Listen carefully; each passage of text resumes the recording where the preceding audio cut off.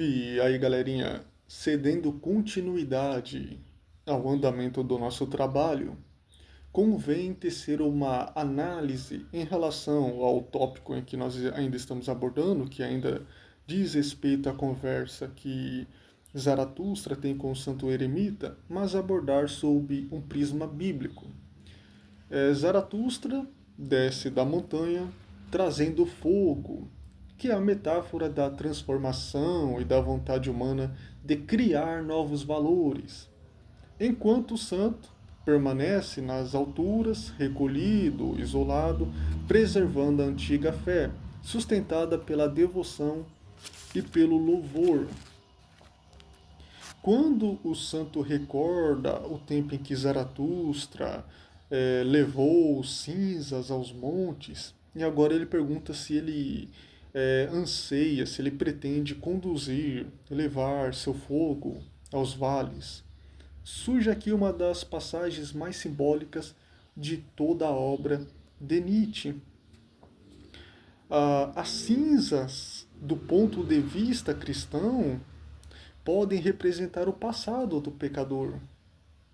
Aquilo que foi consumido pelo arrependimento, aquilo que restou do antigo, do velho homem, porque agora é uma nova criatura, do ego que foi queimado pela consciência do erro.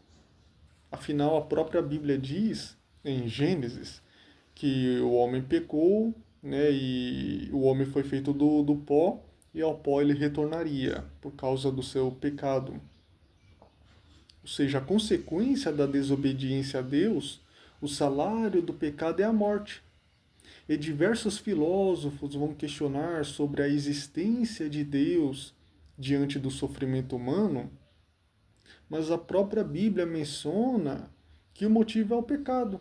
Inclusive Nietzsche vai questionar sobre o poder, né, onipresente, onipotente.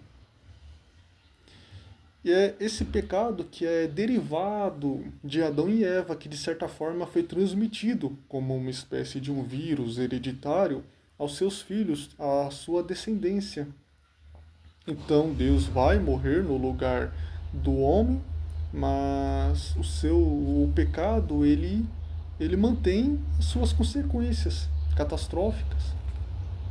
No livro do profeta Isaías, aqui no meu esboço 59:2, afirma, faz menção que as iniquidades e os pecados do povo o separam de Deus, fazendo com que ele encubra o seu rosto e não ouça as orações. E essa passagem bíblica aqui descreve o pecado como uma barreira que impede a comunicação e a comunhão entre os seres humanos e o seu Criador. Ah, o que diz o versículo. Olha, galera, vamos ler Isaías 59:2.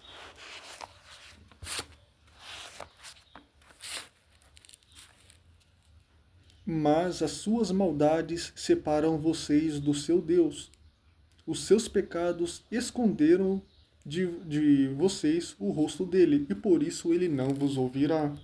Ou seja, a mensagem é que, embora a mão de Deus não esteja encolhida e ele não seja surdo para não poder ouvir, as ações pecaminosas das pessoas criam uma barreira, uma separação que impede que ele ouça as pessoas e se aproxima delas. E por causa dessa separação, os pecados dos indivíduos impedem a comunhão com Deus, o que também resulta na falta de respostas às suas orações, às suas súplicas, às suas preces. E conforme o pecado vai se alastrando, meu amigo, só vai piorando. Essa passagem continua descrevendo a profundidade da maldade humana e a busca pela justiça que parece que vai minimizando, minimizando e, de certa forma, desaparecendo, abandonada. Contudo, no mesmo livro do profeta Isaías, também, que é o profeta messiânico, faz menção sobre a vinda de Jesus, o Messias, sobre a reconciliação do pecador para com Deus, o seu Pai, cuja promessa já tinha sido feita muito antes, lá no Jardim do Éden, quando Deus ele profere o castigo do homem, da mulher e da serpente, que Satanás ainda morderia o calcanhar de Jesus, mas ele esmagaria a cabeça de Satanás. E foi feito ali na cruz. E eu anotei aqui diversos versículos em relação a essas cinzas do pecador, em relação ao perdão de Deus através de Jesus Cristo, né? Em 2 Crônicas 7,14 diz: se o meu povo, que se chama pelo meu nome, se humilhar e orar e buscar a minha face e se converter dos seus maus caminhos, então eu ouvirei dos céus, perdoarei os seus pecados e sararei a sua terra. Isso eu sei de cor. Em Hebreus 8,12 ressalta. Então vamos lá para Hebreus 8,12. Porque eu lhes perdoarei a maldade e não me lembrarei mais dos seus pecados. Bonito demais. E reiterando o livro de Hebreus, no capítulo 10, versículo 17 ao 18. 10, 10, 10. 17, 18. Acrescenta e acrescenta: dos seus pecados e iniquidades não me lembrarei mais. Onde esses pecados foram perdoados, não há mais necessidade de sacrifício por eles, né? Jeremias 31, 34. Profeta das lágrimas. Jeremias 31, 34. Deve estar por aqui no final já. Ninguém mais ensinará ao seu próximo, nem a seu irmão, dizendo: conheço o Senhor, né? Olha só, porque todos eles me conhecerão, desde o menor até o maior, diz o Senhor, porque eu lhes perdoarei a maldade e não me lembrarei mais dos seus pecados. Muito bonito, né? E de volta aqui ao profeta messiânico, 43, 25. Então, Isaías está antes de Jeremias. Qual que é? 43, 25, né? 43, 25.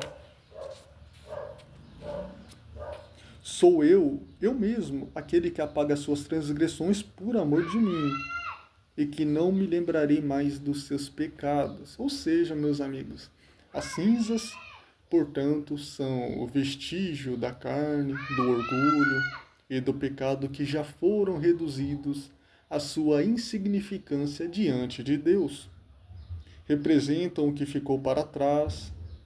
Depois que o homem se quebranta, reconhece as suas misérias, a sua dependência de Deus e se humilha, então, perante o Senhor.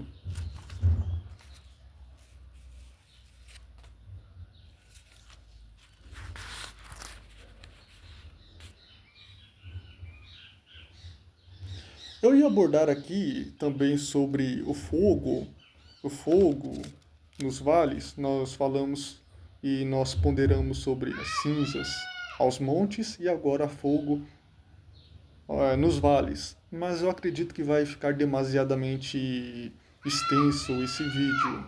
A não ser que vocês julguem conveniente, então vocês podem estar me solicitando e eu então posso fazer um vídeo de 15, 20, meia hora, uma hora, mas fica a critério de vocês, tá?